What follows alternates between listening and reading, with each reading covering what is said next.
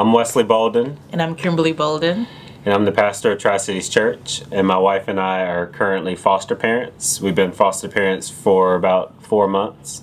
5 months. 5 months. All right, so our journey into fostering has been interesting. It's definitely had several God moments and points where it felt like God was pointing us in this direction. As a lot of couples, when they first get married, we were on the 5-year plan, yeah, we were. I was in school, and we moved several times and just weren't real settled in life. And so we were definitely on the 5-year plan, and we knew it was going to take the whole 5 years before we were ready to have kids.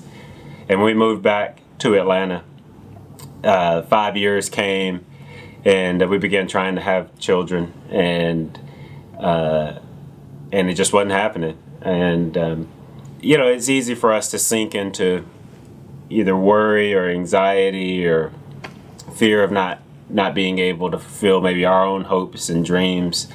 But we felt like God was saying that He had another plan, and not just for us, but for another child's life. The first feeling that I had was anxiety.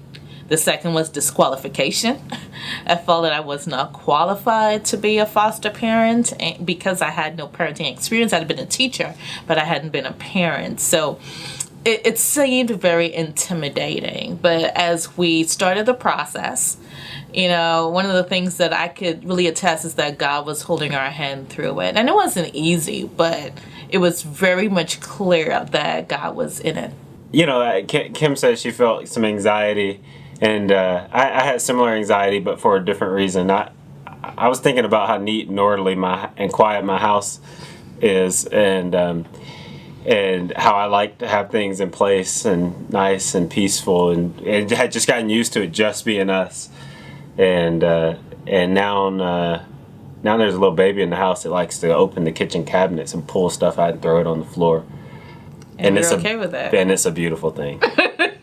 The first evening that the foster child entered our house, I'll never forget it. The defects transporter literally just said, "Here." And there was... I was looking for instructions, by the way. Yeah, there was no manual. Yeah. It was basically, okay, go with your gut.